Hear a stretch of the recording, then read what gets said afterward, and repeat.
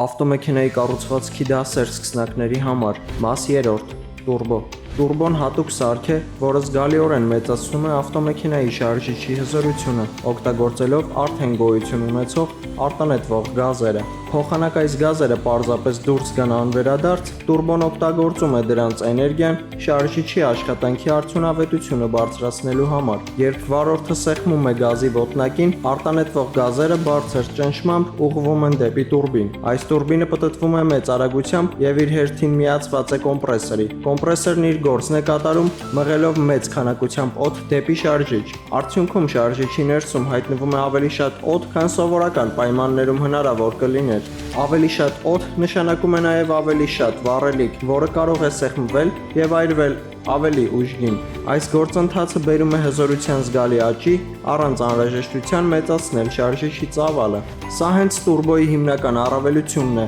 Այն թույլ է տալիս ստանալ բարձր կատարողականություն եւ արագացում, պահպանելով շարժիչի փոքր չափերը։ Արդյունքում ավտոմեքենան ոչ միայն դառնում է հզոր եւ դինամիկ, այլև ավելի արդյունավետ եւ վառելիքախնայող։ Տուրբոն այժմ օգտագործվում է թե սպորտային, թե սովորական քաղաքային մեքենաներում, ցույց տալով, թե ինչպես կարելի է խելամիտ տեխնոլոգիայով ստանալ լավագույն արդյունք։